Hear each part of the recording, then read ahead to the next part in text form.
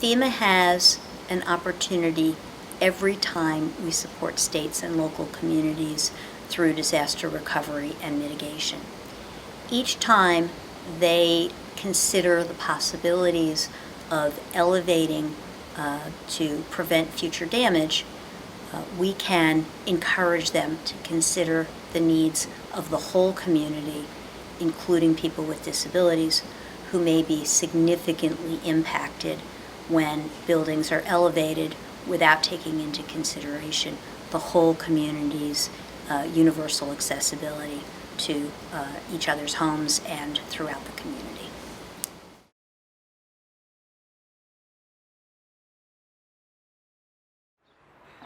I was holding the door like this. It was horrible in there. I thought I was gonna die. It was horrible, horrible. The next flood, I'm selling tickets. Okay? I'm gonna sell tickets. Everybody's gonna look out the window at the flood. I'm gonna watch it pass by my house and not affect me this time. If you're elevating to the point of 5 feet, then you have to put steps up into the house with certain landings along the way. If someone is not used to it, or if they have a disability in walking and climbing, it becomes incredibly difficult to do. If they don't have elevators, forget grandma coming to dinner.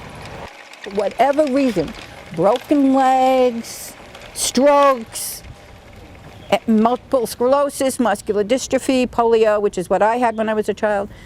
Okay, you've got to look at the whole society, and what we're doing is eliminating a whole population of people from social activity, relationships. They need to really think about how they're going to live their life when they're 75 or 80. It's really getting them to understand the benefits of installing an elevator or planning to install an elevator in the future.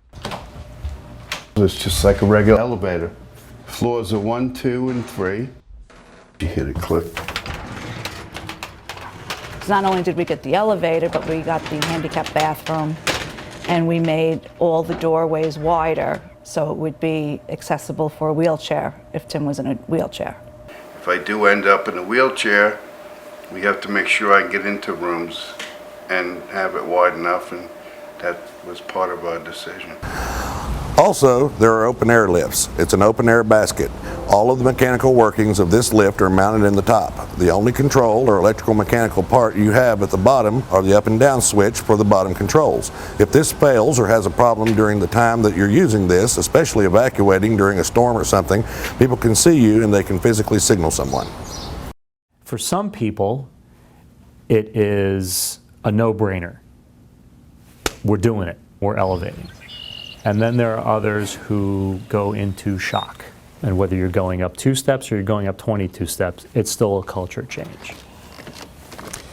Now you throw in accessibility. I've got to carry my groceries up a full flight of stairs. How am I going to get my baby up and down a full flight of stairs?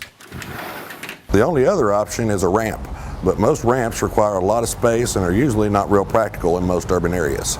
Most architects are very hands-on with their clients, and they'll roll up their sleeves and they'll show them drawings, and we'll sketch and we'll draw physical models of their home for them.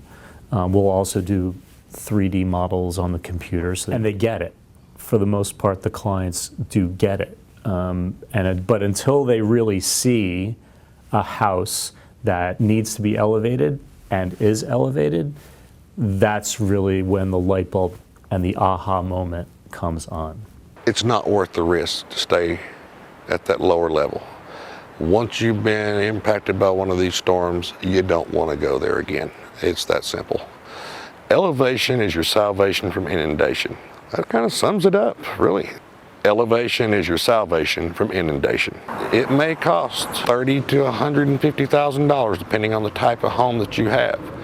But when you compare that to the cost of the insurance rates, if you leave it below the base flood elevation and do the math over the next 10 years, you will come out ahead to elevate your home.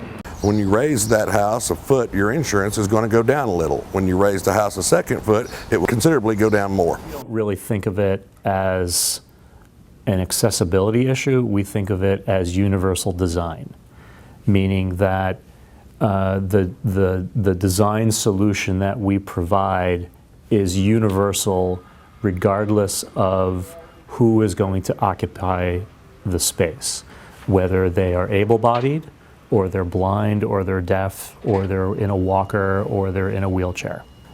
The payback on that is infinite, because now, as a 50-year-old, when you become a disabled 75-year-old, it's already done. The concept is be prepared.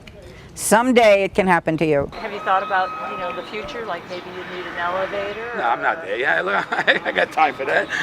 Come on. I look that old. The Grays, don't let them fool you. I think about all the older people. They can hardly walk upstairs anywhere, much less these steep flights. You have to get the picture. Just make it so that everybody fits in. Everybody, it can accommodate all of us. And all of us has to include people with disabilities.